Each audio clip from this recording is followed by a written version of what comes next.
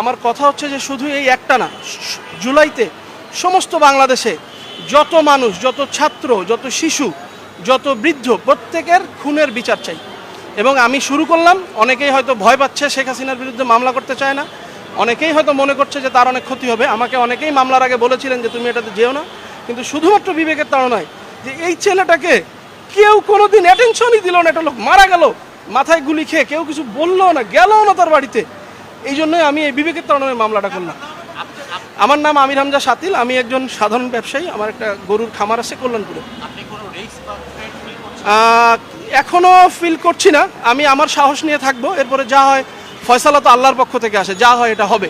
আমি এই মামলা শেষ পর্যন্ত লড়বো ইনশাল্লাহ।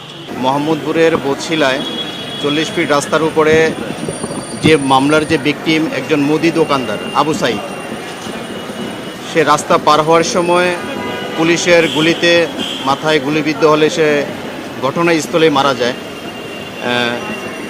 এবং তার পক্ষে আজকের যে বাদী SM আমির হামজা মামলা দায়ের করলে বিজ্ঞ আদালত তার বাদীর জবানবন্দি গ্রহণ করেন এবং আমরাও বক্তব্য রাখি। বক্তব্য শ্রবণ করার পরে বিজ্ঞ আদালত বলছে যে আমি পর্যবেক্ষণে আদেশ দিব।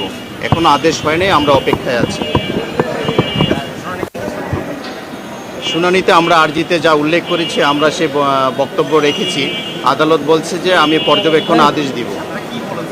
আমরা বলেছি যে হুজুর আদালত, আপনারা অবশ্যই অবগত আছেন যে বাংলাদেশে যে একটা নৃশংস যে ঘটনা ঘটেছে, পুলিশ নির্বিচারে গুলি চালিয়েছে এবং আমরা যে মামলায় আসামি করেছি তারা বিভিন্ন গণমাধ্যমে আপনারা দেখেছেন, ওনারা সরাসরি নির্দেশ দিয়েছেন ছাত্র এবং জনতাকে গুলি করার জন্যে। আমরা এই আসামিদের বিরুদ্ধে আইন আমলে নিয়ে মামলার একটি FIR দেওয়ার জন্য আমরা বিজ্ঞ আদালতের নিকট আমরা নিবেদন জানিয়েছি।